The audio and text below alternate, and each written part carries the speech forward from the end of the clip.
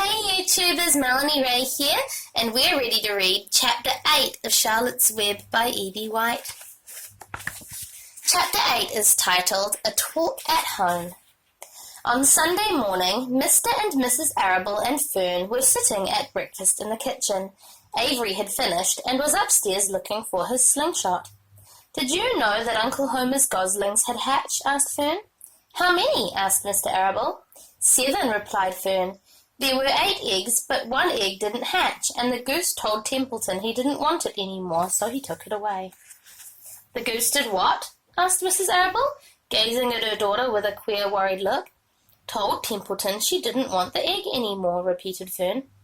"Who is Templeton?" asked Mrs. Arable. "He's the rat," replied Fern. "None of us like him much." "Who's us?" asked Mr. Arable. "Oh, everybody in the barn cellar. Wilbur and the sheep and the lambs and the goose and the gander and the goslings and Charlotte and me." "Charlotte?" said Mrs. Arable. "Who's Charlotte?" "She's Wilbur's best friend. She's terribly clever." "What does she look like?" asked Mrs. Arable. "Well," said Fern thoughtfully, "she has 8 legs. All spiders do, I guess." "Charlotte is a spider?" asked Fern's mother. Fern nodded. "A big grey one. She has a web across the top of Wilbur's doorway. She catches flies and sucks their blood. Wilbur adores her." "Does he really?" said Mrs. Arable rather vaguely. She was staring at Fern with a worried expression on her face. "Oh, yes, Wilbur adores Charlotte," said Fern. "Do you know what Charlotte said when the goslings hatched?" "I haven't the faintest idea," said Mr. Arable. "Tell us." "Well, when the first gosling stuck its little head out from under the goose, I was sitting on my stool in the corner, and Charlotte was on her web. She made a speech. She said, 'I am sure that every one of us here in the barn cellar will be gratified to learn that after 4 weeks of unremitting effort and patience on the part of the goose, she now has something to show for it.' Don't you think that was a pleasant thing for her to say?" "Yes, I do," said Mrs. Arable. "And now, Fern, it's time to get ready for Sunday school, and tell Avery to get ready. And this afternoon you can tell me more about what goes on in Uncle Homer's barn.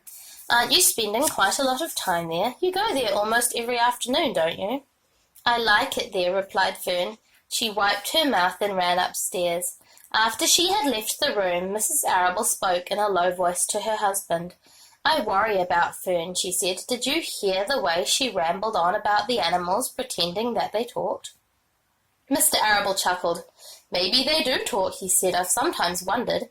At any rate, don't worry about Fern. She's just got a lively imagination. Kids think they hear all sorts of things." "Just the same, I do worry about her," replied Mrs. Arable. "I think I shall ask Dr. Dorian about her the next time I see him. He loves Fern almost as much as we do, and I want him to know how queerly she is acting about that pig and everything. I don't think it's normal. You know perfectly well animals don't talk." Mr. Arable grinned. "Maybe our ears aren't as sharp as Fern's," he said. And that's the end of the chapter.